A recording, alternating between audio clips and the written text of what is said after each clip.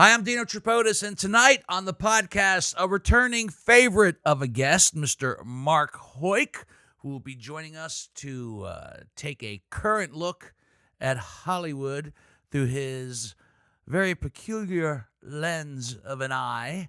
Also, a little bit of word association later on the podcast, and no ketchup at the Vatican hot dog stand. All of it tonight on Whiskey Business.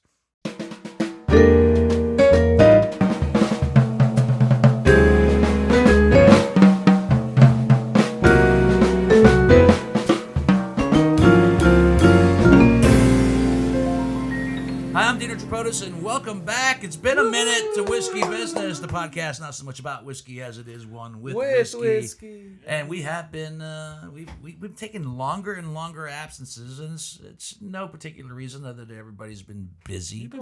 You've been touring with a world-famous film. You got some kind of movie going on. But National famous. We've been doing the festival Ohio circuit famous, Columbus famous. For down to the, I'll go with the Columbus infamous, Ohio. never famous.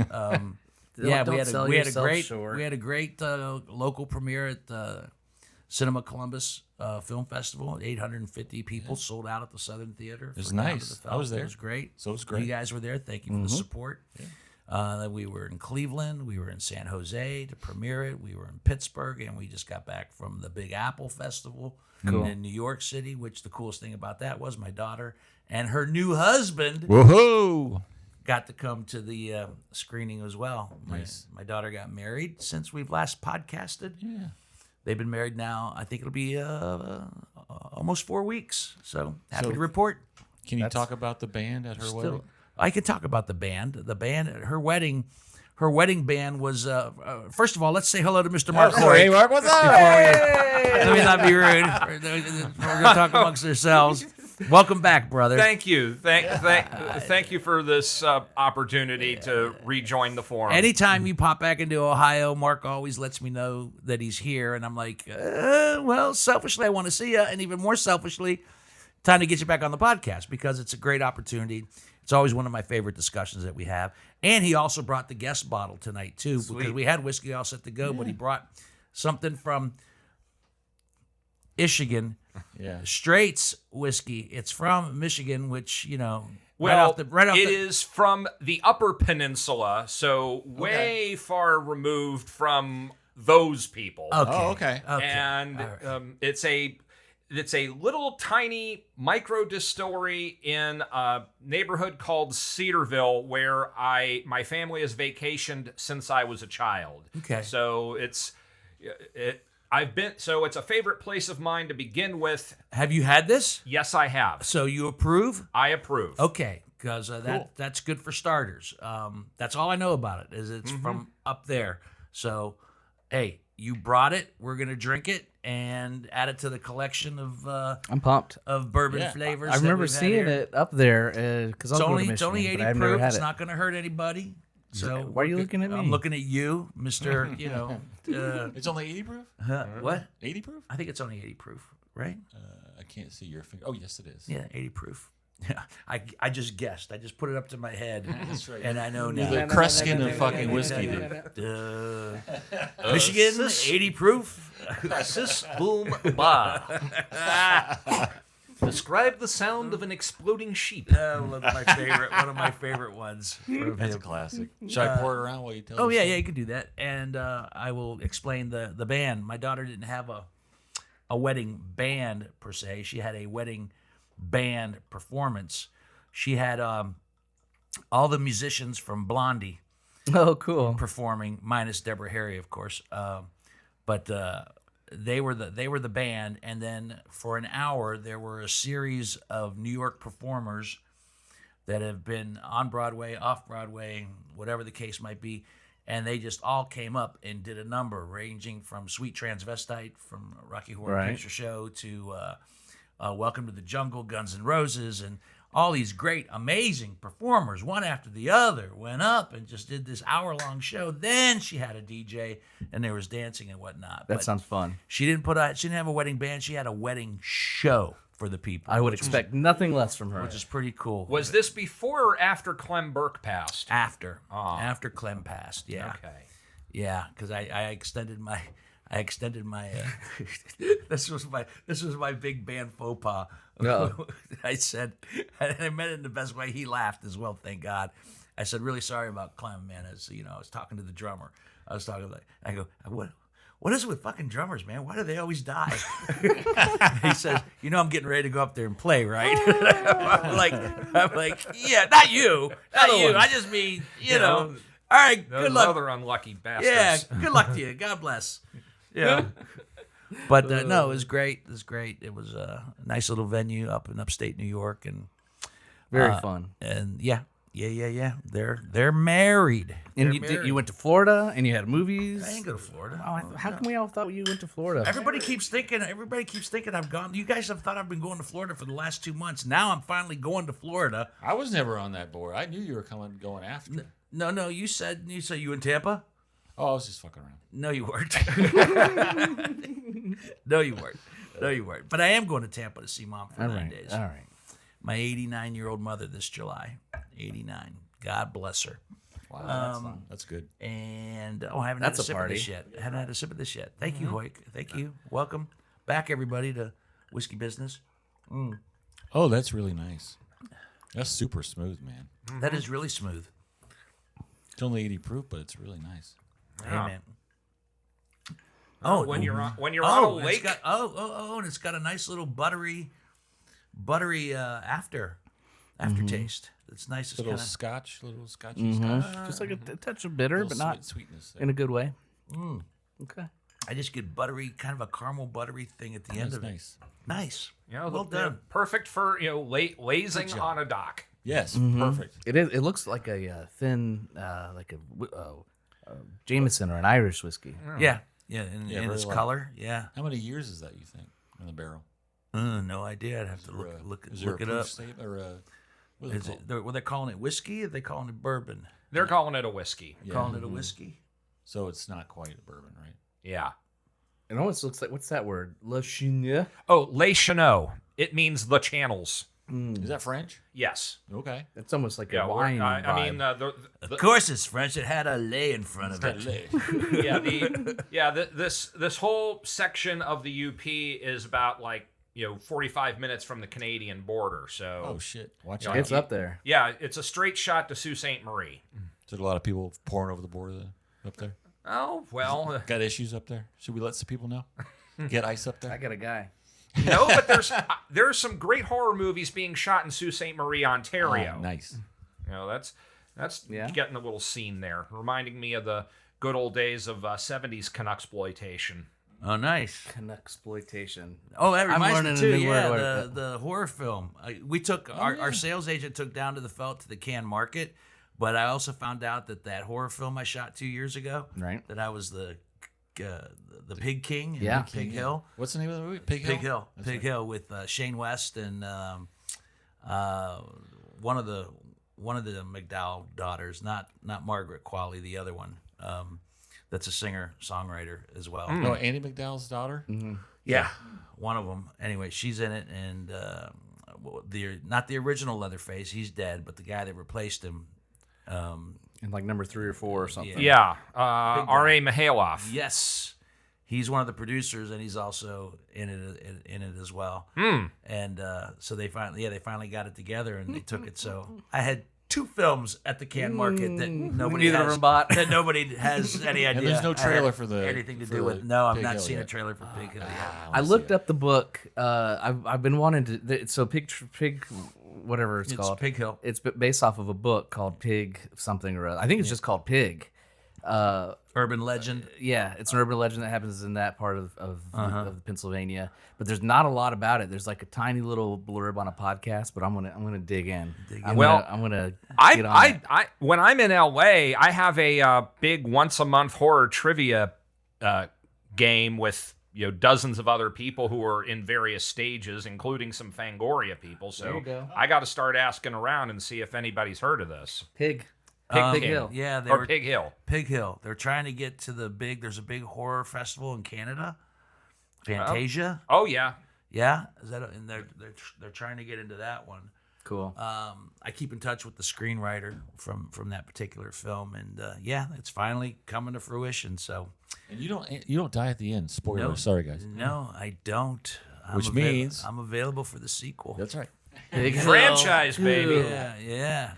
Yeah. The Second Ascent. I don't know. Pig Hill 2, Electric Boogaloo. Pig Hill 2, The Deadly Art of Pigging. We could do this all So, Mr. Heuck, Hollywood, how's things? Well, within the last 10 months, to paraphrase Garrett Morris, physical media been very, very good to me. Really? I have had a whole mess of Blu-ray releases that I have participated in. Some that my participation happened pretty quickly. Some that I've spent years on, and they all just kind of started trickling to market beginning this fall. And I'm playing show and tell. I've got Do them all it, man. here, so Let's see it. let's going in. We're on you're doing video. We commentary, love right? a visual. Well, various things. Yeah. Like, here's one I do commentary for, which is a 4K reissue of Stephen King's Graveyard Nice. Shift. Nice. And I'm doing a commentary track with another great film historian named Howard Berger. Very prolific guy. He's, constantly doing this stuff, but this is the first one I did with him. I've got another coming up later this year that hasn't been publicly announced yet, so that's something in the wings. What year is that? Because that's like Silver Bullet era. Yeah, that's the whole period where, like, he hadn't really written a whole lot of new books, but they're just mining every extant, thing he had that hadn't been adapted yet that could be gotten cheap. And what was the semi-truck one with the AC/DC soundtrack? Maximum Overdrive. Yeah. That's the one he directed on coke. It's not that great. King directed on cocaine? Oh yeah. That's crazy. I don't know. He also wrote on cocaine. He doesn't even remember. A writing writer using some books. substances? I don't don't know. believe it. Well, here's my thing, because I never got to turn this into a bit on stage, but this is just my general theory, is that some of the best art we have had has been created on cocaine. So the trick is, how talented are you without it? I feel like you should have to apply for cocaine like you're applying for an arts grant. Like, you have to stand up in front of a committee and tell them what you intend to do with the cocaine. So if you're Richard Pryor, you're gonna get your cocaine because you're gonna create amazing comedy. If you're the Bee Gees and you're following up Saturday Night Fever, you get the so much. cocaine. Oh, yes. If you're Michael Bay, hell no. No. Stay away from the cocaine all day. And you would have to need a very specific audience for everybody to get that last punchline, right? Which begs the question. I haven't done it. Are you still even attempting and trying to cocaine? do stand trying to do stand up? Is this an intervention? I have not taken to the stage in a long time. What's a long time? Oh, at least. Because I had a 2-year absence that I just put an end to on Tuesday, ironically. Yeah. Well, but Longer than that. I think I tried doing some gigs just after Beat the Geeks was canceled, and that was around 2003. And then, but it was. has it been that long since Geeks? My Yeah. God. Hoik, we're getting years. old. All right. Mm-hmm. Jesus. Anyway, but nothing since? No, but I haven't really pursued it, because it's at a certain point I decided, okay, if I get back in, what am I going to do with it?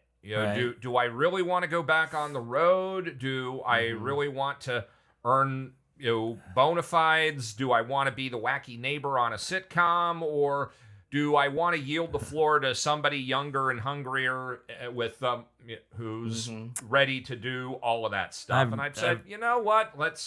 I had my time. It was a good one. And, I still write jokes. I still post them all over social media. I even drop them into my commentary tracks. So I'm working. right. I'm staying in shape, comedy wise. Well, I've known you for a long, long time, and right now, if I were you, I'd lean into wacky neighbor on a sitcom. Yeah, right? That'd be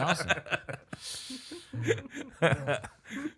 So the wonderful thing about this current this streak I've been on is that I've been doing commentary tracks and other ephemera for years, but it was mostly on real obscure stuff, and it wasn't sold well or marketed well. So it was like I had a twofold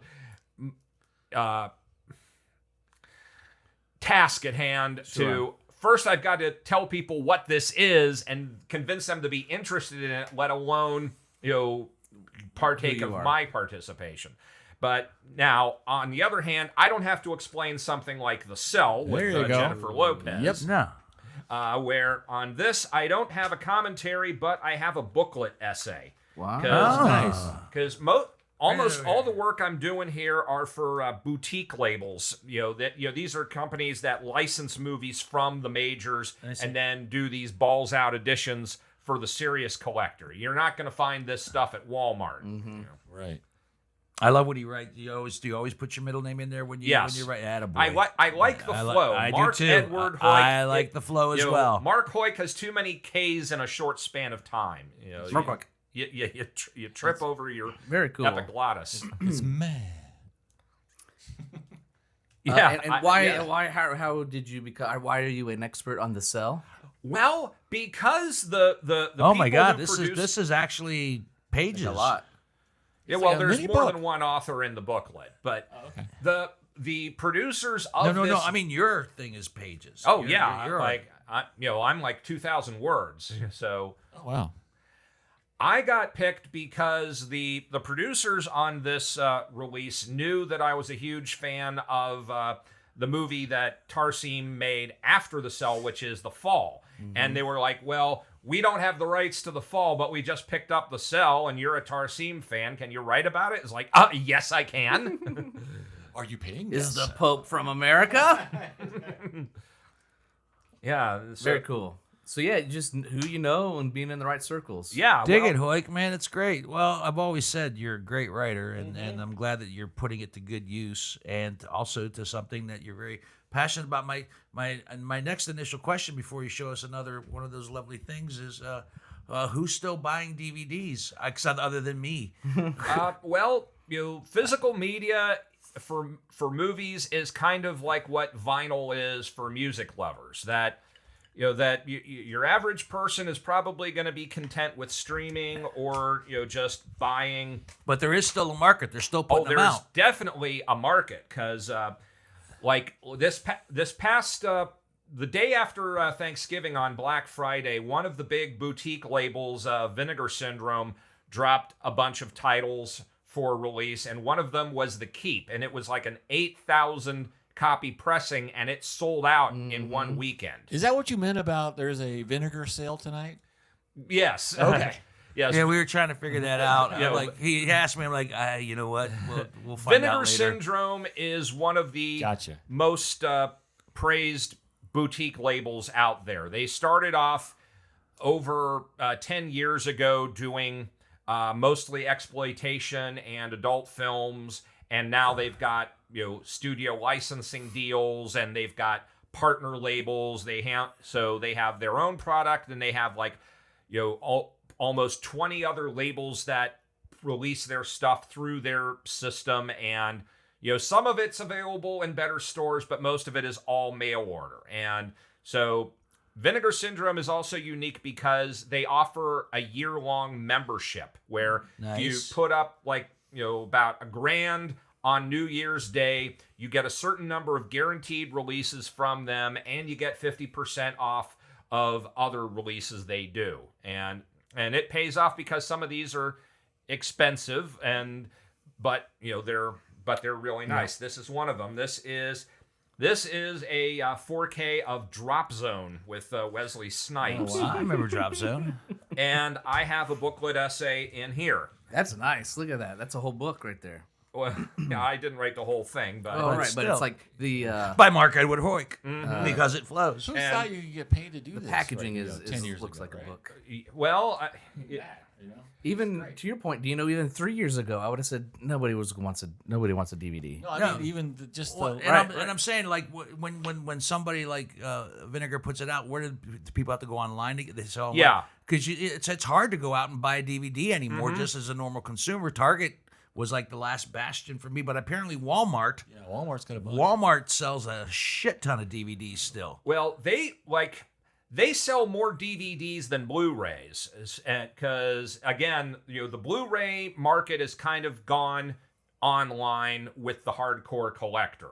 Aside from the major studios still put new product on Blu-ray, but they're doing it in smaller quantities. Although they're doing a lot of promotions with steel books, and plus now that 4K is a thing. All the classics are being reissued in 4K. Are they moving toward 4K eventually? You think, or are people going to stick with Blu-ray? Well, 4K is Bluray. Well, It's just an upgrade. Right. The technology that people have at home. Yeah, you need the right player and the right monitor. Not everything is going to get upgraded to 4K just because of element issues, and there's only certain movies people really want in 4K. Sure.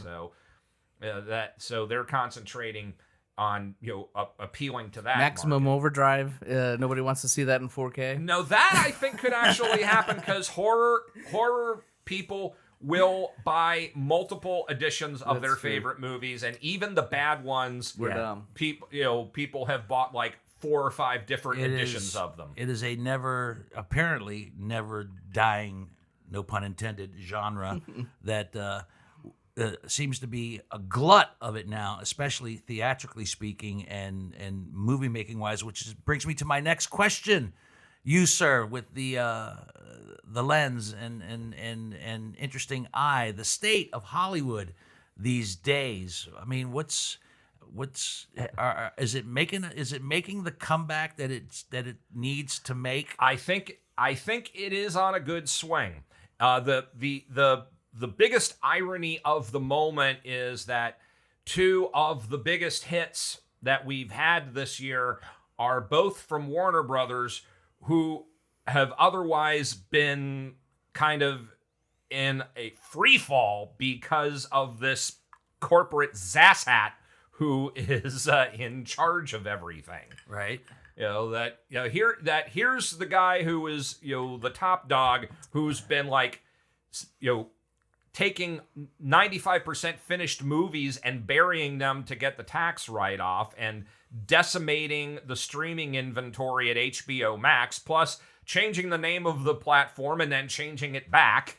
It's back to HBO Max. It's always just been HBO to me. It's HBO. But meanwhile, they have a really good team running the studio right now. Mike DeLuca, who had previously been at New Line and at MGM, and he has great talent relationships, so he's been able to get people to work at the studio even though it's looked kind of dicey, and it's paying off because Sinners is huge, and the Final Destination sequel opened huge. Okay, and that's 2 examples of exactly what I'm talking about. Sinners, great because Did you see it? No, I haven't seen it yet. God, I because hear it's awesome. I heard it's wild, but I say great because it's an original story, original content, and it's just something new. And then there's Final Destination, which is another reboot, but from what I understand, a great reboot of the franchise. says it's but awesome. but you hear the constant argument is like nobody's doing anything new in Hollywood. It's all remakes or reboots, and even on television as well.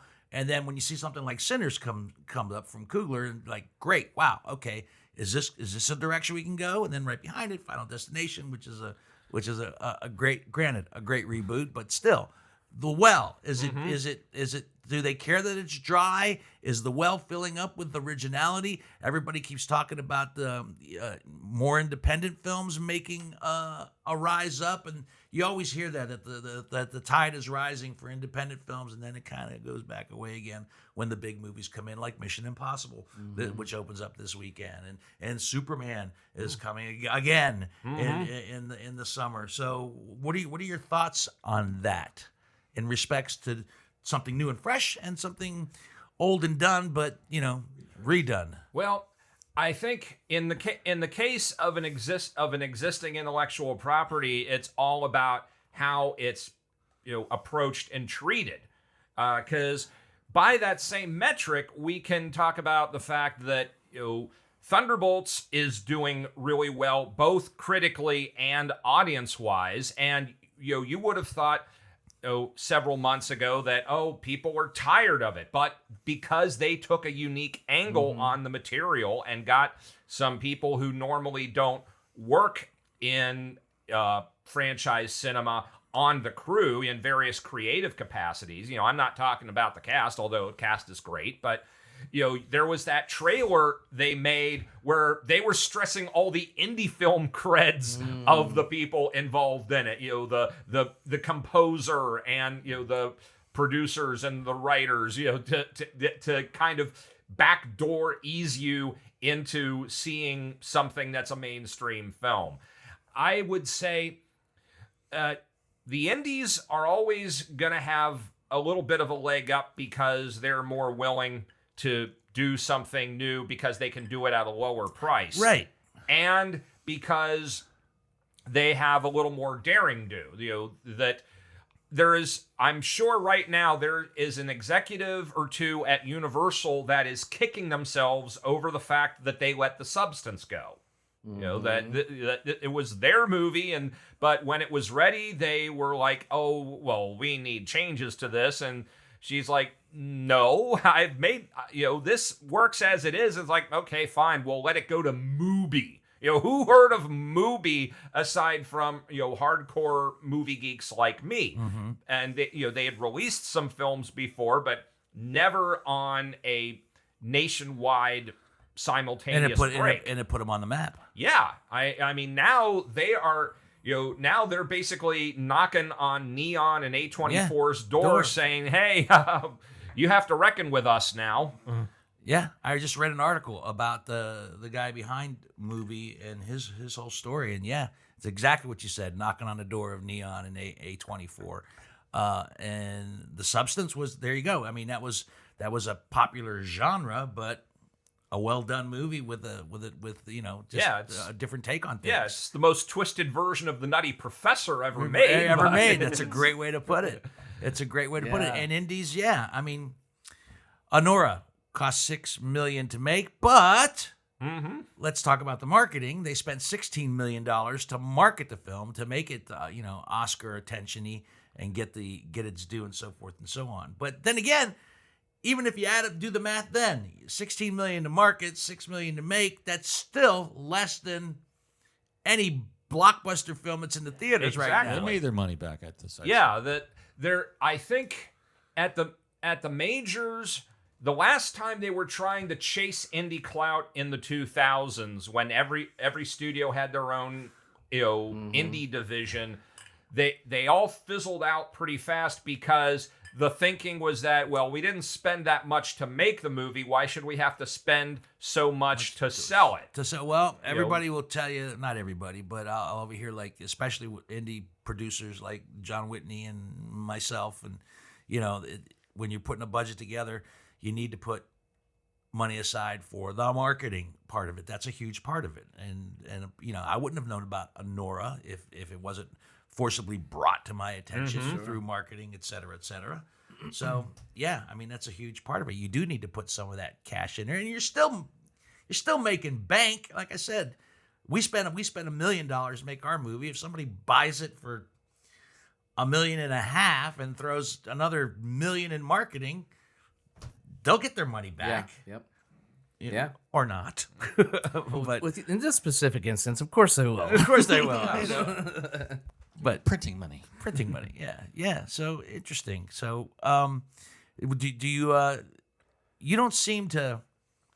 I have faith in the enterprise, is what I'm saying. Yeah. I was gonna say you don't seem to discriminate. You don't seem to lean one way or the I'm other. an omnivore. I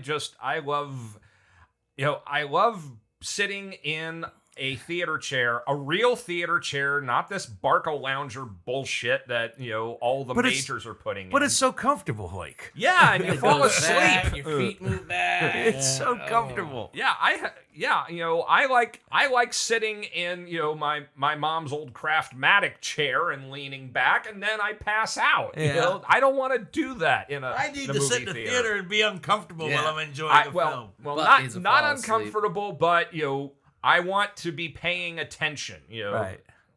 I want to be upright. So you're saying you're of a certain age where if they're going to assist you in reclining, you might assist them and fall asleep. No matter how good the movie might be. Well, how do you feel about like the rumble seats and the audio underneath and all that stuff? Well, I haven't experienced it that much. I think the last time I did like a 4DX screening of anything was that Rings sequel to The Ring from about maybe 10 years ago. Right. But too. I always regretted that I was born too late to enjoy the William Castle gimmicks. I remember being at the Drexel North when they tried to simulate the shock effect on the Tingler. Hey, but you're not too young to. I remember Earthquake in Sense Around. Oh yeah. And what was the roller coaster disaster? Roller Coaster. Roller coaster. Oh, that's That was easy original. to remember. But they also had effects to make you feel like you were on the roller coaster. et cetera, et cetera. It was just a really loud subwoofer is Yeah, what that's it what was. it was Right, basically. right. But oh my god, Yeah. it feels like I'm on it. Oh yeah, well, I mean, it shook the plaster off of several theaters when it played because they didn't account for it. We had the album at home, and we used to wait for that moment on the record, and we would shake the shit out of my sister's Barbie house. There you go. She hated our guts. So you do remember that Oh. Sensor? You remember Sensor? Yeah, I got to see I have to buy that one since around. the Earthquake. Yeah, it was a pretty much a Universal exclusive process. They did it on Earthquake, on Midway, on Roller Coaster, and on Battlestar Galactica. And for some reason, they did it on the movie of the musical Zoot Suit. They did censor. Did they really? Yes, and I have seen it. I mean, Why? I think it's for the musical numbers, so it's not so much for shaking up the seats as it is just having this really great sound reproduction. Gotcha.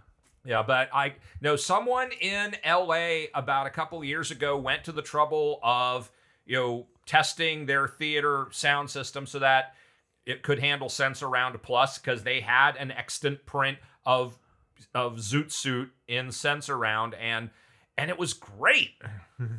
So I'm looking it up now. I'm intrigued by your T-shirt tonight. The Skyline Drive-In Theater, Shelbyville, Indiana. Yeah. This I discovered this drive-in initially online, and then when COVID hit and I was spending time in Cincinnati because my mom had just passed away that year, that was one of the few places you could still see a movie. And I went there. It's like an hour's drive from my house in Cincinnati, and they are still 35 capable. So they don't run a whole lot of 35, but they can. And they have tremendous programming. They do first run stuff, but every first Saturday of the month, they do a second double bill of exploitation fare after the main double bill. Oh, nice. So you can have a Dusk to Dawn show at the beginning of the month. Nice. And they do other events. They have, weekends of specialized programming, and they'll have the vendors there with their memorabilia, and they've had special appearances by, directors and stars. It's a really great little venue. That's cool. And if I'm not mistaken, I think I heard that Ohio actually has the most still existing drive-in theaters in as far as the state is concerned. Well, I have to investigate that. I know we lost one recently. There was like one up in, I think, right at the border. So it might have been Michigan, but I want to say maybe it was Monroe, but I want to say it was right in that neighborhood. There was a drive-in that closed up this year. So does the Shelbyville, does the Skyline Drive-In, now you can tune everything into your car radio. So they don't have the old speakers you put on the window. Most drive-ins are they still there just for a fact? The posts are there. There's, I think, a drive-in somewhere in Indiana. I have not been to it, where they do still have the speakers. Oh, that's awesome. Most places got rid of them because the FM sound was easier and too many cars were driving off with the speakers. I think the Skyborn and Fairborn never went to FM because it's porn. You don't want to be blaring FM radio. Porn on your FM. That was a famous in the Dayton area. It's right next to a drive-in porn theater. Oh, there were lots of them during the porn 70s. Theaters. A drive-in porn theater. Yeah. They got rid of it when the Air Force Makes put sense, pressure on them when their female crews on planes, and they would fly over. It was right there. They could see dick sucking and shit right there on the approach. On the approach. Dude, true. It's fucking true. And if you look out to your right side of the passenger window, we'll be passing by. What was the name of the drive-in? The Skyborn Theater. The Skyborn Theater. Locals call it the You'll Skyporn. You'll see a man. Over years, people were saying a lot of adult movies can't stick to the landing, so... Oh, my God, yeah. I still got it. See a man in a Buick Electra. I believe she's performing fellatio. We call that position the Dirty Sanchez. Oh my gosh! How did you survive all the weather apocalypses that have occurred out in California as of late? Where were you? Where were you during the fires? Oh, God. Mudslides, whatever the case might be. The fires. Well, thankfully, I got through the fires without any damage. But number one, I was at one point during the fires. They were like, I was 3.5 miles. Not from where actual fire was happening, but where it was likely to spread. Okay. So there was a region that said, be ready to evacuate, but they didn't evacuate. And my place was 3.5 miles from that. And the crazy thing was that the first couple nights of the fire, it was way removed because it was Altadena, which is way east, and then the Pacific Palisades, which is way west. And so after 2 nights, I got cocky and I went to Hollywood to see a movie. And then midway through the second of the double feature, I get a frantic phone call from one of my friends who's trying to check in to make sure I'm all right because they've said, Sherman Oaks is on alert and I'm in Encino, and I felt like I had got caught playing hooky, right? Because I had told everyone, "Oh yeah, I'm staying in, not doing any, frivolous travel." And but in the event that the fires would have affected you, okay, just because all I can think about is the treasure trove of film, literally film on reels. Actual films that you own and everything else associated with your film memorabilia life through the years. If all that would have been threatened at some, what do you save yourself? Do you save your product? What do you grab first? Yeah, okay. Did any of those things cross your mind? Well, most of my physical film properties are in storage. So I don't have them in my little 1-bedroom apartment, even though it still looks like an episode of Hoarders. So the most of the film stuff was safe, but the night that it got close to my place, and I went back to my place with my tail between my legs, sure, feeling like a delinquent schoolboy.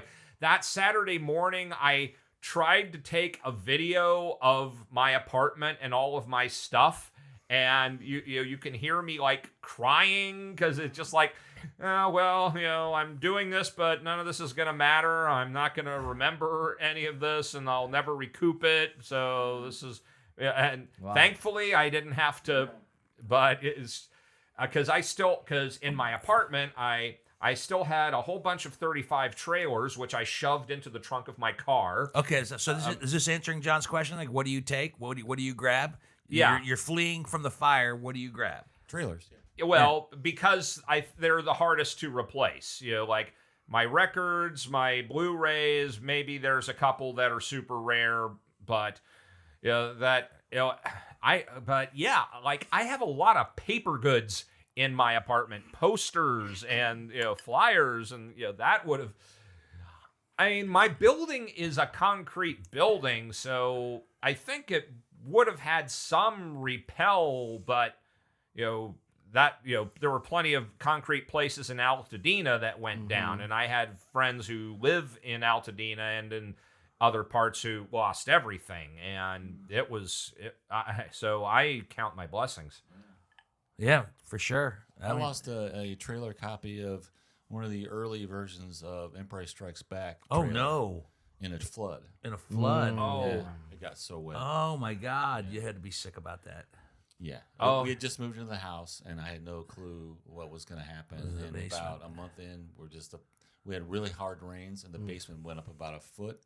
Yep. And guess what was at the bottom of one of the piles? One of those box full of piles. fucking trailers. Well, shame on you for not taking better care of it earlier. Well, we have tubs now. Yeah. Do you still have those? I didn't know you were a collector of stuff I like don't that. collect a lot, but if I see something and I like it, I'll get it. Sure. Yeah. I got a bunch of stuff. I used to have a trailer collection in a different house in Cincinnati, and it was in a basement, and I don't know if it flooded or just got damp, but 2/3 of them I had to junk because there was so much water damage. Yeah. Heuck has given me a lot of great stuff over the years. I still have the movie poster for Diary of a Bachelor, which is great. I actually had that beautifully framed. Yeah. And you've parted a lot of stuff with me over the years, including your father. Yes, God bless him. Is a paints. Yes, my father Roger is a longtime painter. He started when I was in high school. Also invented the Heuck. Well, my great grandmother Matilda Eisenlohr Heuck, and I have the same initials as her. She invented the turkey lacer. That's right. The I've turkey seen it in the lacer. store. Yes, Still available in stores. Yeah, it comes out every Thanksgiving and Christmas. Still sells. Yep. I am the Paris Hilton of kitchen gadgets, as hot. Dave White once That's hot. said. But your father, I can't remember exactly who I have down there. He made a football portrait of one particular Ohio State player. I want to say Katzenmoyer. It was. I don't recall. I don't recall. I have to look, but it's hanging down in the poker room. And then you gifted me tonight with yet another one of your father's works that are Ohio State related. Is it right? That's cool. Yeah. Yes. It's very nice. Just trying to figure who number 5 is. I think There's a lot of number 5s over the years, but I didn't know if he was trying to point out somebody in particular. there was a running back too. It would, because my father hasn't painted for, I think just before COVID he began to step away. So this would have been, before 2019. Yeah, and so I'm sure. And he signed it to a special guy who added a lot into Mark's life. Bravo, your friend. Yeah. And you See you in the end zone. That's the name of the painting. and for the people listening, it is a running back or a wide receiver running from a line of football players from the team up north, and it looks like it's probably at Ohio State because all the crimson in the background. Braxton Miller was number 5. Oh yeah, but this is older than that. Braxton Miller, that was only like I can't remember. If this was 8 years ago. This is a fairly new painting. Newer than the one in the poker room. Oh yeah. So you're thinking around 7 or 8 years old, maybe somewhere in there. I don't care. I dig it. It's Yeah. very cool. Yeah, it's cool. It's one of a kind. Now I have 2 one of a kinds. And It's very cool.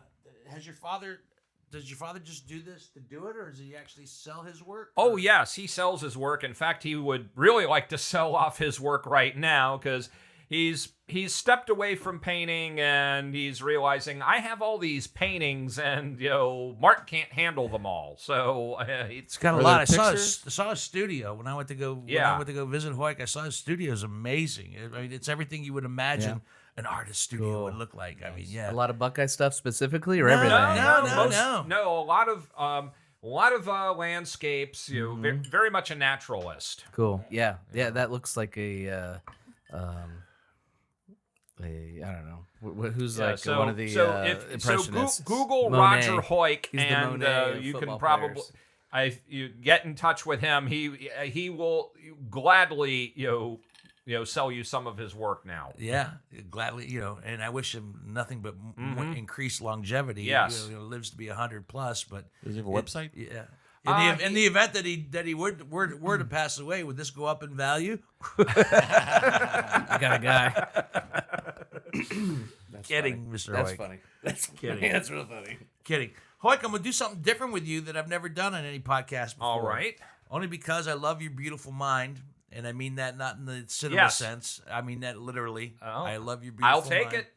But I wanted to do kind of a Hollywood word association. Gotcha. What I'm going to do is I'm going to give you the names of various actors, actresses, and directors, and I want you to tell me the first thing that comes into your mind when I mention those names. Is that fair? That's fair. Okay, because I'm just curious to see what path that'll go down and what conversations may actually come of it. All right, here we go. Jack Nicholson. Legend. George Clooney. Local boy done good. Matt Damon. I'm fucking him. I'm fucking Matt Damon. Yeah. Thank you for explaining that. Thank you for explaining that, because that would have been like a big, huge Sarah Silverman, scoop. Sorry, Kimmel, but hey, you were bigfooting my network when my show was on, so you can take a rib. Meryl Streep. Icon. Susan Sarandon. Still hot. She's a babe. Martin Scorsese. Giant. Roger Corman. Innovator. William Friedkin. Difficult.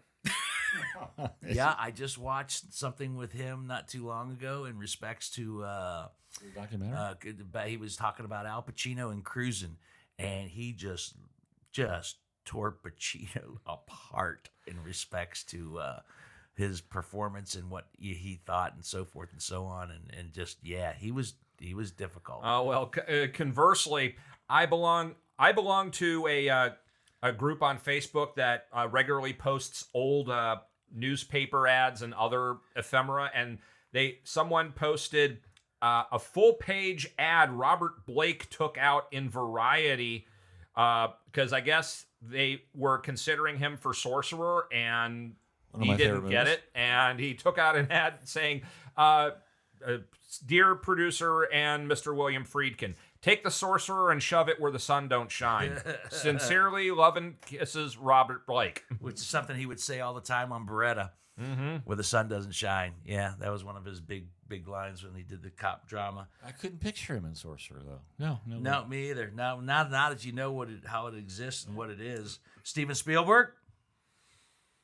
Fantasist. Jimmy Stewart. Oak. Marlon Brando. Sweat. Frank Capra. Hope. Katharine Hepburn. Iconoclast. Dino different than Dino Tripodis. Mentor. There you go. All right. Hill. You know what? You had great answers all the way up to the end. That's good. Mentor. Oh, that's funny. Okay, cool. That's fun, right? Yeah. Where your head's at? It was that was. And I know you guys are probably. I know you for sure probably had answers in your head that you were thinking. A couple, yeah. No, I mean, I'm really but there trying were some of those guys I didn't know. I gotta be honest. Which ones didn't you know? Some of these. Some of the actors. Who were one of these bottom guys? Read them up. Yeah. I didn't read them all off. I said Gene Hackman. No, I know Gene. You didn't say him. I didn't. I would have say said Hoosiers. I'm a Hoosier. Bradley Cooper. You know who Bradley Yeah, Cooper yeah, is? yeah, yeah. No, but I'm saying the guys you said. Which You didn't say those guys. I did. I said Jack Nicholson. I said Yeah. George Clooney. I Yeah. said You didn't say those guys. I did. Who's Meryl that one? Streep. I said Susan Sarandon. Okay, all right. Some I of the- can't read your handwriting. Yeah, I. Oh, Freakman. William Friedkin. Friedkin. I don't know who that William is. Friedkin, a director. He directed The Exorcist. Oh, And the French Connection. Well, I The should French know that. Connection. Yeah. Yeah. Hurricane Billy. Yeah. I watched the French Connection because you said you haven't watched the French Connection. You gotta watch the French You Connection. gotta watch French Connection, And I yeah, did. Man. I It's watched- one of the most of course- frenetic, amazing car chases in film Of course, The history. Exorcist. Yeah, All right. Well. yeah. I mean, he No was permits. with no permits. I know that's crazy, right?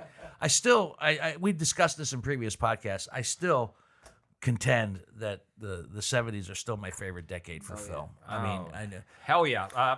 Like, I'd say my two favorite periods are the 70s and the early 30s, the pre-codes. Because those were the two periods where, really serious and, groundbreaking stuff was happening without, any intervention.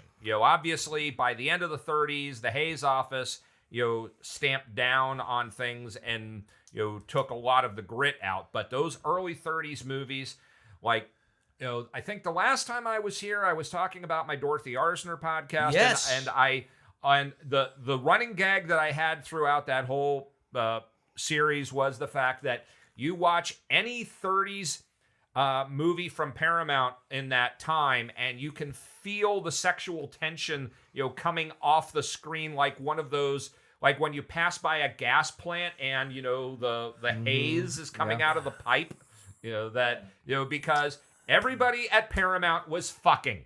That's the whole point of the movie Babylon. Yeah. I watched Cannibal Holocaust. Oh, It was like the #1 list on the video nasties forever. oh yeah. It's really well, fucking gross. My late friend Sage Stallone loved that movie. He invested a lot of his personal fortune to secure the rights No and kidding. Well, put don't- it on don't- home video. And I sit here ignorant. I've Cannibal never heard it Holocaust, what is before, except Cannibal for Holocaust is arguably the first found footage movie. The premise of the film is that a film crew went into the jungle and were never heard from again, but the footage they shot was located and it's brought back to New York and developed, and I've heard of this film. Yeah. it's seen it, gross. yeah, it's very intense. For you to say it's gross, well, it has to be pretty They gross. kill real animals on film on shit. screen. Yeah. So Okay, that's I don't one wanna see- I thing. don't wanna see- And I don't there's a wanna lot see of that. rape. well, the raping Blu-ray and- offers I a don't wanna see cruelty-free option where you can watch it without the scene. That's the only thing. All the rape is fine, but the Yeah. killing the turtle is where I draw the line. No, Well, I mean, you know well, what? People, Yeah, people kinda, I mean, eat not the turtle rape is- soup, so but I don't want to see animals getting killed for real. Yeah, no, there's at least 2, if not 3. no, there's. I don't want to see it's- people it's getting just the killed for turtle. real either. But I thought the little muskrat thingy in the beginning, they go. No, All I right, think, anyway, I think all that's right. another movie. Anyway, okay. We They only kill a turtle? I'm disappointed. I think he was making reference to a turtle. I don't know if they actually killed the no, turtle. yeah, They no, killed- they kill a turtle. No, they kill a I know. turtle. This is That's the not world fair. we It's live so in. slow. It never had a there's chance. rape away. and You're murder right, and right. cannibalism, and we're Like, talking we're gonna about the kill poor you, like- turtle. Okay. And he's still moving. Let me run away. Let me run away. He's got no chance. He He's got no chance. I hate being a turtle. Anyway, I was looking into the video nasties, and that was like #1 on the list of like you're not allowed to have. What is again? I sit here ignorant. What's video nasties? May I? Yes, please. Okay, so at the dawn of home video across the world in England, when you could first start renting movies on VHS, there was this ginned up scandal that they called the video nasties, where Prohibition for movies. where the British equivalent of the MPAA basically declared that a whole list of about 50 movies could not be rented or sold in the UK because of their content, and they were almost all horror and exploitation titles. And so if you were And so if you were, caught with any of these tapes, you could be prosecuted. Oh, wow. But you In can your get them in home. the States. In your home. Yeah. In your home. So I thought this one was at the top of the list, and I go, "Oh, how bad could it be?" What year was that really made, by fucking the way, gross. that film? Well, Cannibal really Holocaust gross. was made in the late 70s. Okay. It didn't reach America in any substantial fashion until the 90s, though, because there were bootlegs floating around in tape trader circles for years. But again, my pal Sage bought the rights to it and mounted a significant theatrical reissue and home you video release, and Who's it's behind been it all? in easy access ever since. Yeah, it's streaming on Shudder now. As Okay. we speak. Or Are there some- any stars in it? Or is it Well, I mean, if you're Italian, there are stars Oh, they're in it. Italian, okay. 'Cause, yeah, there are no recognizable American people in A it. lot of- Although and a good chunk of it was shot in New York because of the wraparound footage. Yeah, a lot of boobs, but also a lot of wiener. So, just saying. Pick your poison, right? Yeah. Basically. Okay. And turtles Sure, being I'm decapitated. sure there's something in there for everybody. What's wrong with penises, in man? respects of that film. Hoyk, what as we get close to the hour mark already, it flies by, and I know that we're gonna end up talking for 10 more minutes at least. So I want to start slowly ramping up towards the end. What are you excited about moving forward in your movie creative life? I'll tell you, so you'll feel better. I'm 66 this year. You are. I will be 56 in July. We got 10 years. We got 10 years between us, which has worked out magnificently. Just old enough to give you whatever advice I needed to give you back when you were actually listening, and you still listen. But I'm saying that's a good little gap for the two of us, 10 years, because I've learned more and you've continued to learn more. You've taught me a lot of things moving forward in the years. But what's next for you, cinematically speaking, creatively speaking? Where do you want to be? Where do you want to go? Well, you know what I'll say? Because this goes. I just happen to have it in my bag right here. This goes to one of the I want to talk at least about these two things that I invested most of my time on. Okay. Because this will get to. I don't want you answering to your rush. question. I'm just saying that we're getting All right. to that mark, and if there's So- other It's things you still want to talk light about, outside. if there's still things Okay. you want to talk about, we'll So- talk about them. I'm just saying. So, bringing up Sage, Sage started a boutique reissue company called Grindhouse Releasing. Oh, yeah. In the mid '90s, and he started it with Bob Murawski, who is an Academy Award-winning editor. He won his award for The Hurt Locker, but he also reconstructed The Other Side of the Wind, the Lost Orson Welles movie, and he's Heard of this guy? Yeah. yeah. Oh yeah, he's Sam Raimi's longtime editor, Right. and so Bob has kept the label alive after Sage's passing. But one of the titles that both he and Sage were fond of, and I got roped into, is an otherwise completely forgotten movie from the 70s called Hollywood 90028. Yes. And wow. I don't know wrote, it. Yeah, well, it got very little distribution when it first came out, and it never even got a home video release. And so I saw this in 2005 at a New Beverly screening where there weren't even any reviews on the IMDb for it. That's how forgotten Who's it was. in it? Who's in it? Anybody of significance? The biggest name in the movie is a fella named Chris Augustine, who was previously a musician. He was in a band called Every Mother's Son, who had a couple of big hits. One of them Wow. was "Come On Down to My Boat, Yeah. Baby." And You guys played that at your cover band in college, right? and Dino and Doug and Dino? No, we didn't. We didn't. But go on. But he started doing some acting, moonlighting, and after that he was the longtime drummer for the Captain and Tennille and their touring band. All right. But He had credits steady, are credits. He had steady work for a while. Yeah. And so Was he on the Captain Tennille variety show as well? I am sure he was Okay, on all the right, show all right. in the backing band. All right, It's all very right. likely. So I saw this, and it it lingered with me, even though I didn't react to it well the first time. But First I time never forgot it. The first time you watched it? Yes. And what's the premise? It's a little bit of Peeping Tom and a little bit of Model Shop. It's about a aspiring filmmaker who can only get work shooting porn loops, and while he tries to break out of the rut he is in, we learn more about his background, and he eventually snaps and becomes a serial killer. So how does it read on the back of the box? Same old story. You've heard it 100 times.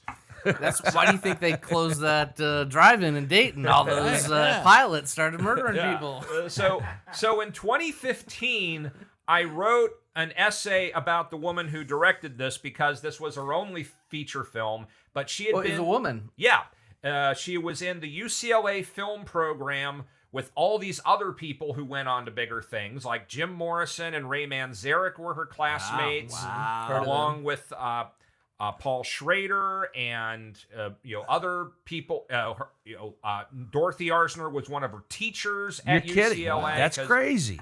And so she had all this promise behind her, but this is the only film she did. And around the same time, Sage had found the only Bob had found the only surviving print of the movie that we know of. And man, it's so from 2015 onward, me and Bob in various capacities were tracking down who owned the rights to it, locking them down, finding the elements, trying to talk to as many surviving people as possible. And this thing finally came out this past fall, and I am all over this motherfucker. I have a booklet essay. I have a commentary track. I have a cameo in the film that we put in. We spliced it in. Oh, I wish. That'd be awesome. I have on and off camera interview segments, and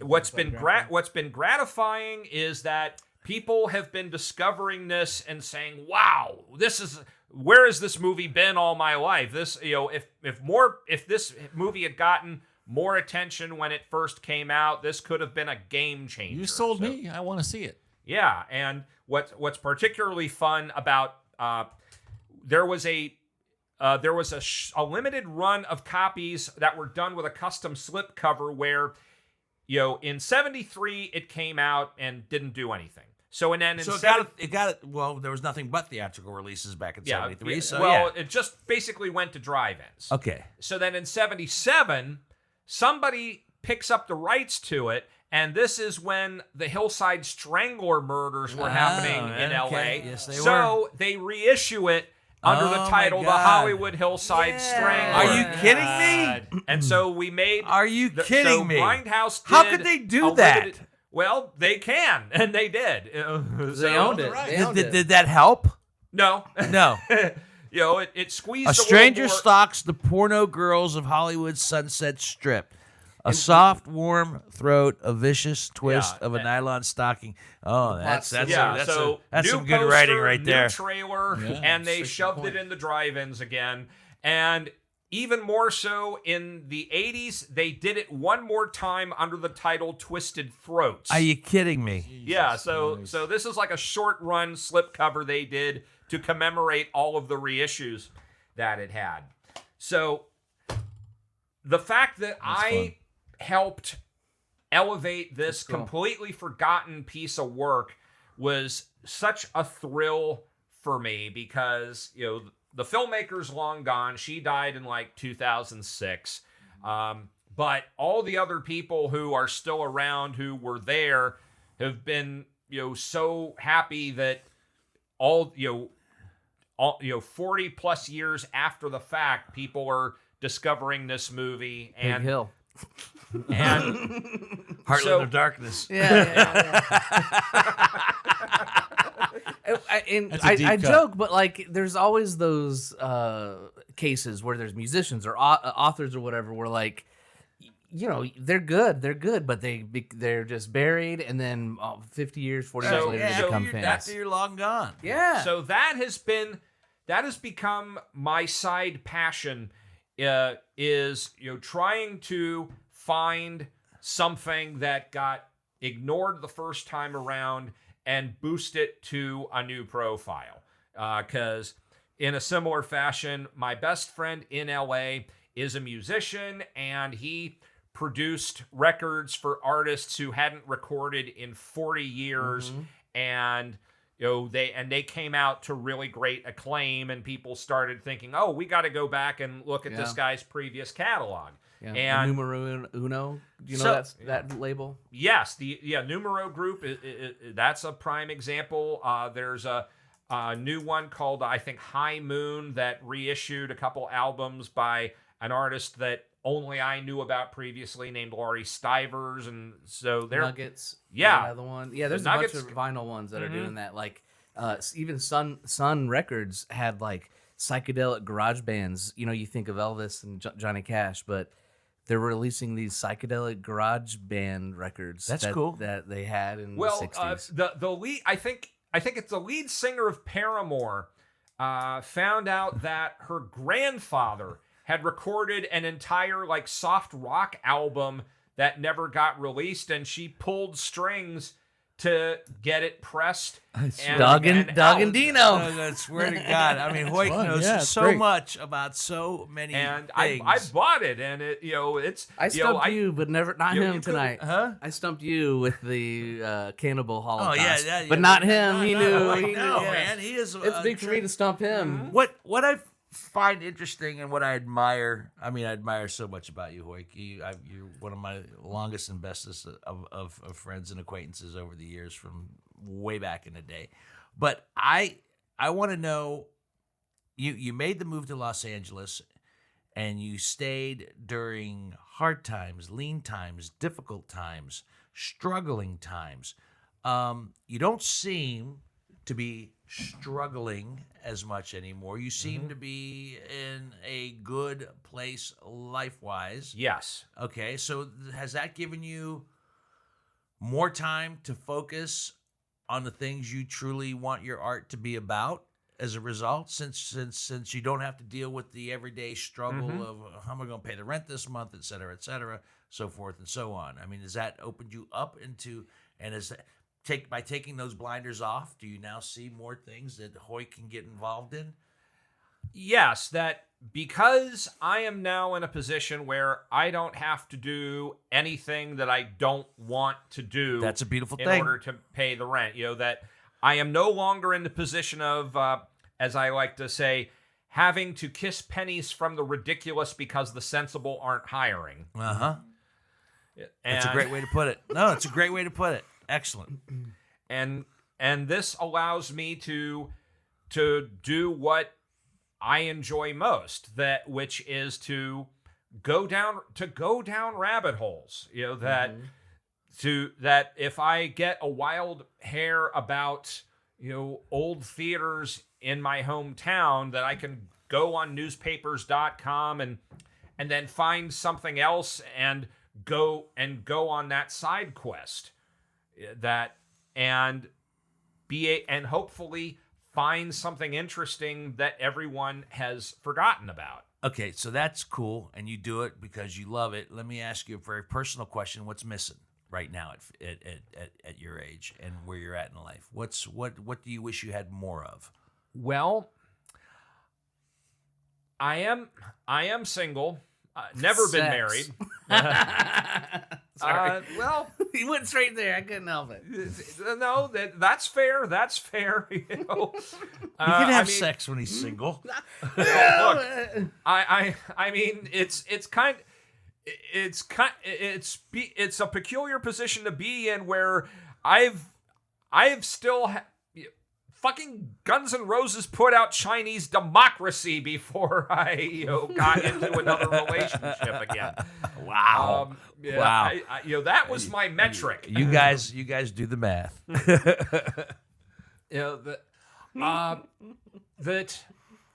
That as a 56-year-old never been married guy, and I hate the term confirmed bachelor because there's too much implied tragedy behind it. And it's code for other things too. Yes. And look, I am a very wide open individual, so I don't mind the code. I just don't want the code to define me. Exactly. Okay, fair enough. But that I consider myself a very generous individual. One of the reasons I get so fired up about film and music and everything I love is because I want to share it with other people. Right. And it seems like it's even in my youth, it was very difficult to try and get people interested in the stuff that I was interested in. That sometimes I felt so frustrated. I felt like if a building was on fire and I was going from room to room and saying, "Hey, you got to come with me. The building's on fire. We got to get out of here." And I said, "Okay, yeah, that's an interesting concept. We'll contemplate that and catch up with What's you in later." the box? I'm Trailers. gonna leave the building, but I might wait for the next guy to take me out. I could not rally people to my cause. So so on an intimate level, when I watch one great discovery after another, or I buy a new album that really stirs me, I want to listen to it with somebody. I want to watch it with somebody. Yeah. And I want that. I am fine doing things by myself. I know a lot of people talk about how they don't like to go to movies on their own. No, I go to movies on my own all the time. Sometimes that's the only way you can do it, because if you try to get two of your other friends organized, they keep hemming and hawing and running out the It'll clock. be at the theater. Yeah, and so Isn't it the best when you go to a theater and you're the only one sitting in there? Only one in there. That's happened to me. I mean, You light your joint right there. for a certain amount of time at the New Beverly, there were so many screenings where it was just me, Clu Gulliger, and Bugs. Who's Bugs? No, actual bugs. Oh, bugs. Oh, and Crickets. Bugs. Oh, I'm sorry. Wait, is that where you were You were You were the projectorist, or No, I projected at the Bev all right, okay, for never mind. 1 year. Okay, but no. I've- We're gonna go I've- down a rabbit hole for 45 minutes. but I'm like the You're New regular. Beverly. The New Beverly, I'm there 2 or 3 nights a week gotcha. when I'm in LA. I gotcha. That's I my gotcha. favorite theater. They have very great attendance now, but sometimes there'd be movies where that's still Quentin's place, right? yeah, it's still Quentin's place. But when Clue was alive, sometimes he and I would be the only people who would show up to see something. A lot of people who don't know who Clu Gallagher was. I mean, he was a great actor. It's so strange and cool at the same time that you two were friends. Oh yeah. Because he's if you saw some of his performances on film, he was always kind of a tough, cool guy on film. So the fact that you two hooked up as friends and are sitting at the Beverly together watching movies. Well, he was in the front row and I was in the back. All right, fair enough. But He had a still. son that made movies too. Oh, he still does. John Gulliger. He's great. Oh yeah, okay. Yeah, he did the Feast trilogy and Piranha Double D. Double D. Yeah, well, it was the sequel to Piranha 3D. So, Well, they did that one. So you pine maybe not to necessarily still be single, but if you were for the next 20 years, you'd still be Heuck, you'd still be you, and you're still going to put out great stuff. I'm good. I'm not going to stop doing what I do, but it would be nice to have a traveling partner, and also because I never, I've even when I was like in middle school, I was kind of fantasizing about my wedding. That if there are bridezillas, I'm a groomerah. I'm still thinking about, okay, good. yeah, this is how the court's going to be. This is the music that's going to be played. And, Is Blondie's band still available? The Blondie's band. and when you get to this age, it's not that I'm sure I can find an age appropriate partner, but everything I hear about women my age is like, well, women don't get as good a night's sleep when there's another person in their bed. So they want. I'm already at the age where most couples start having separate bed sleeping arrangements. It's like, damn it, I didn't even get to the communal bed. All All right, funny. so take relationships out of it for 1 Yes. second. That's one thing, and I'm glad that you still want that and still desire that, because that's wonderful. And I hope. Well- hey, there's a saddle for every horse out there, my friend. Right? Potentially. Well, to paraphrase our friend John Ricci, I'm really beginning to think that horse got shot when I was a I child. understand. Yeah. A horse was shot down in Texas. Creatively, is there something you haven't done that you still want to do in the next 10 years or so? Like, every day I still get, screenplay ideas that I moved to LA under the pretense of writing the next great American screenplay. And I, put that aside in various capacities, but I have never totally forgotten it. Now, I ran into the few times that I tried to pick it up again, I'd run into that thing where, I spend 45 minutes on what I should name this character and all the other distractions at the desk that are, picking at me. Yeah. But I would still like to create something that is wholly mine. That I would, that sometimes there are ideas I get where I'm thinking, this is a good idea, but I don't know enough about this kind of story. Right. I should, bring somebody else in and we can do this together. And I would be happy with that. But, just something that, some expression that is 100% of my person. Well, put yourself in the script. And I was let gonna the say. script go. I was gonna say, what do you? We always say like, oh man, I'm sitting here and I can't think of anything to write, and we always talk about that back and forth, and then we start talking about our lives in general. Like, John just said it before I did. Yeah, the story is you, dude.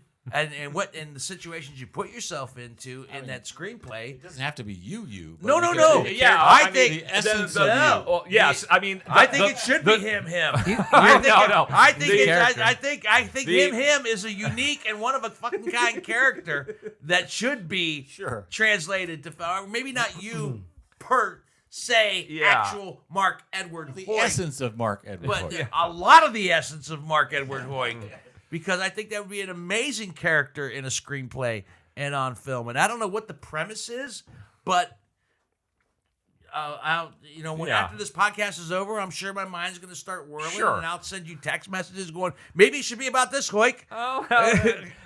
You're not the only one. I bantered back and forth with a couple of people who were looking at certain events in my life and thinking that should be, the synopsis of a short film. Not a short. No. Well, We got to go feature.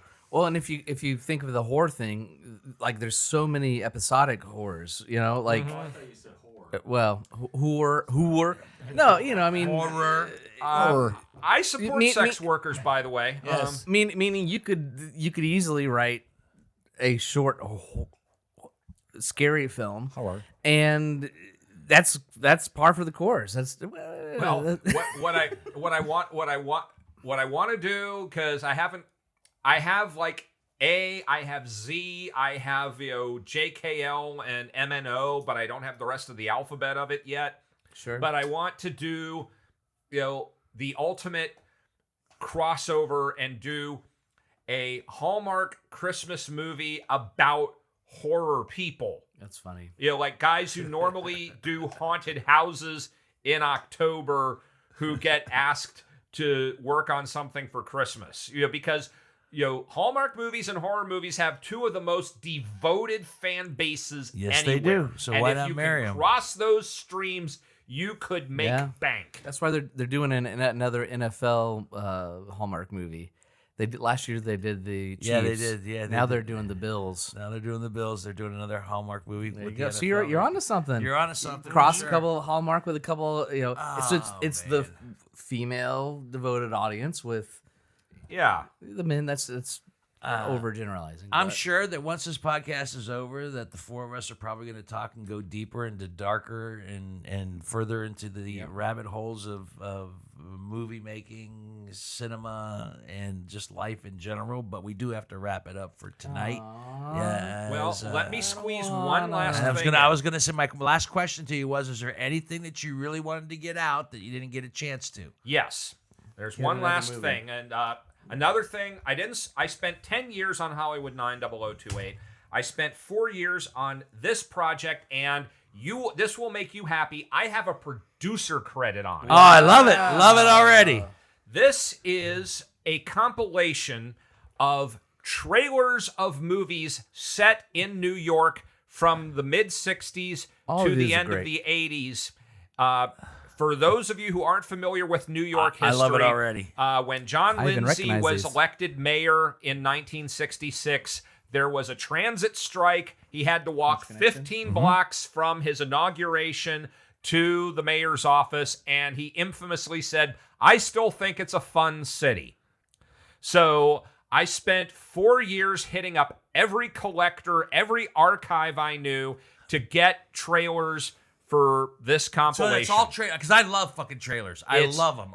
trailers, TV spots, radio ads. I will watch trailers. Welcome to ad Fun nauseam. City. I'll go down a YouTube rabbit Yeah. hole and watch trailers for 2 hours because I just love Yes. them. I love how they're put together. And on the trailers and the TV spots, there are mini commentaries, and I have a few. Yeah. How do I get that Nice. DVD?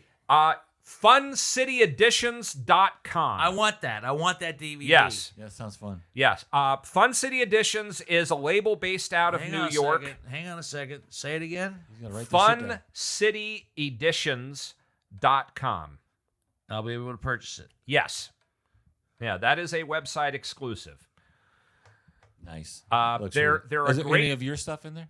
Well, as I said, I have trailer commentaries on. And he's a some of the- producer. No, any of your trailers that you collect. Oh in this. yes, means yes. that's I the provided. I want that. I want that. I provided some of the Out trailers. of all these DVDs, which are great, and I appreciate everything he's done, I want that one. And I recognize some of those. Yes. Like we can't reveal any of the actual movie trailers that are on here but if you look at the cover art, you can kind of guess Maybe. who's going to be represented. And Can I see this? Can I see this? If you don't Wait want a me to second. show this- we're kind of guessing. Yes. If you what don't the want me to show movies this are. on video, Well, let me know. You can't say, but I can guess. I'm allowed to guess, right? you're allowed to guess. Okay, there's I say that's French Connection right there.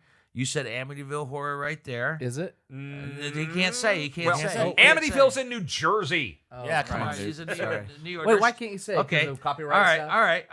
all right. No. That's Well, you know Midnight that Cowboy. one, yeah. That's Midnight Cowboy. That's Taxi Driver. Yeah. This is I want to say Claudette. No, that's no, that's Star Wars. That's not Star Wars. Yeah, it is. That's He's the not voice of fucking- Star Wars. That's not the movie though. Is that the football player who used to play with the Packers? That's Shaft.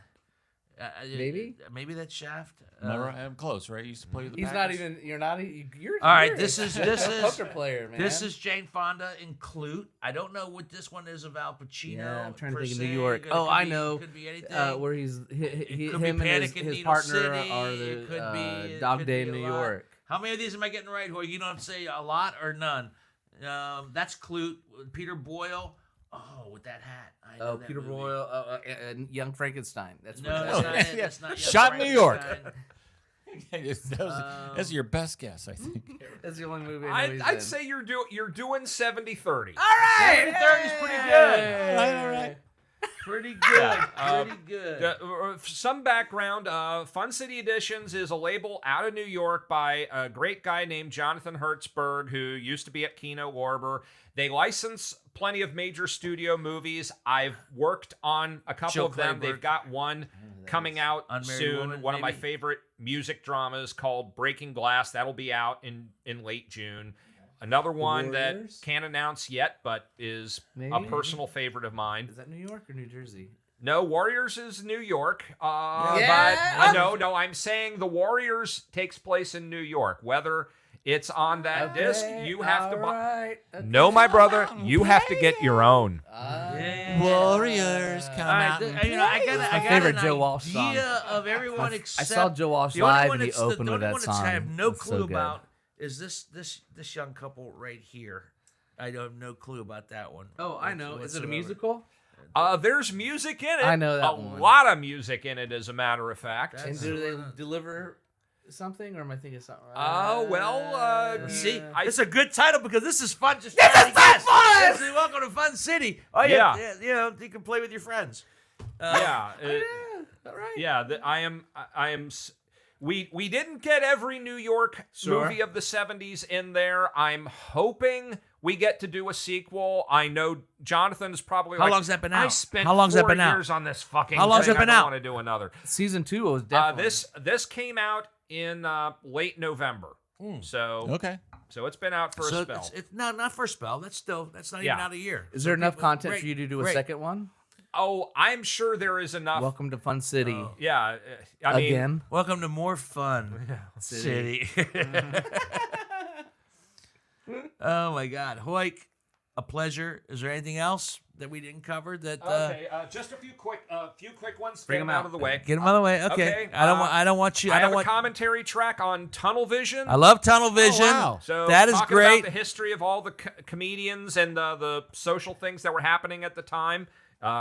Very thrilled about that. I have Wow. I have Wow, a booklet wow, wow. essay in Looking for Mr. Goodbar. Where, Okay. Holy shit. All right. Yeah, talking about the similarities between it and Saturday Night Fever. I'm very thrilled about that. That's awesome. And I oh saw my that God, in the movie Heuck, theater, by the way. you've been And busy. I have a little documentary Oh, we talked segment about this on the phone. on Russ Meyer's Vixen. That I did Wow. see at the drive-in. Yes, and because Russ Meyer's Vixen was shut down by the Cincinnati Vice Squad when it opened, and I own one of the prints that was confiscated. Oh, nice. And so if you watch this Is she a segment, it'll woman? tell you the whole story. Or animal. The Russ, I don't know if I shouldn't say I saw Vixen, but I saw a lot of Russ Meyer's films when I was in high school. You At see the drive-in. Faster Pussycat Kill Kill? Yes, I definitely saw that one. Yeah. I have a poster. Yeah. Do you really? Yeah, my framed? wife does not like it. Is it framed and hanging up? Yeah, it's framed. It's not hanging up, though. It was at my old house, but it's not in my new house. I can't find a place for it. Is that her answer? That's Yeah. funny, and you accepted it. Yeah, it was covering up. You should be able to put that in your office. Yeah, well, okay. Your office. Yes. Yeah. All right. I don't want to get into the dynamics of marriage. It's too late in the podcast. Heuck, we could talk for 2 more hours. Yes. But thank you again for coming back to Ohio and taking care. I know you got to take care of family stuff when you're in Ohio, but the fact that you let me know you were back and able to come here and share time Well, with us again. I have so much fun talking to you and everybody here, and being able to just free associate. And you brought another That's fun. another great bottle of whiskey. Last time you brought the Dorothy Arzner Rye. The rye. You brought the Arzner Rye. I don't have any more of that. We drank that. That's gonna gone. buy That's a gone. beautiful thing. That's And a I'm so glad when people finish that stuff Well, off. this is really good. This was good. This is great. But that Arzner bottle was great. I don't think you could buy this in Ohio though. I don't- No, the but if Straits you, I whiskey. think if you go to Lachino Distillers on the web, they can hook ship it? you up. And as we are getting closer to the end of the podcast, and I made a new rule since you've been here last. Ah. I don't smoke during the podcast because appreciate it. I know because John always says he appreciates it. But as we get towards the end of them, there are many times I feel like, I would just like to light up a cigarette now and dig in more into Heuck's thoughts and so forth. And a cigarette would help. I refrained, but now that we are getting ready to say goodbye, I'm getting ready to light up and say thank you very much for everything that you are and who you Well, are. Thank I you. don't even do cigarettes, but give me one of those. I'll join you. Oh, shit. Holy I don't even shit. do them. Let's all do it, boys. Lucky Strike means fine tobacco. Yes, it does. There you go. Let me light you first, my friend. I saw a World War Oh, you're gonna have to put it II in your mouth. I'm not gonna light it otherwise. movie, Here, take and that. they had Lucky Strike in their helmet. That made me think you Uh-huh. nuts. There's thank you. And They don't cigarette sell, always tastes best after the podcast. well, they don't sell cigarettes in California anymore. You're not allowed to. They don't. That's only Beverly Hills. the outlawed selling cigarettes. I'm kidding. I'm goofing. I'm goofing. I realize that's real. I'm just. I think you know what? I'm making a. You're going down to the rabbit hole. You're going for cheap heat. Heuck, thank you so much. Greg Hansberry, thank you so much. John Whitney, thank you on the video side much. Chip, we missed you. Chip Chinnery wasn't here tonight. He'll be back on the next one. And we'll try to get back with another episode of Whiskey Business sooner than later. We apologize for the absence of... Somebody's been making movies, doing movies all across the country. Whatever. And we're not doing one next week because I got to go visit my soon-to-be 89-year-old mother for 9 days in Florida. Oh, God. Yeah, I'm at that point in life where, like I said, I can't make jokes because she's 89, and I'm glad to still have her in my life. Right. But at the same time, shit, 9 days. I think during COVID, didn't we did some remote shows? We did a remote one. We had Buster Douglas. We did Oh the my Buster God. Douglas. That's right. You're in your mom's house. I did the Buster Douglas. Was your mom in the background going, Who's Buster Douglas? It's so hot in here. Why are you talking? Why does he fight? Why is he getting into fights? So, like, Ma, Hey, please. My dad's 86, I so understand, I'm in brother. the same I position understand. for a I month. understand. Heuck, always a pleasure. My name is Dino Tripodis. Until the next bottle, see ya.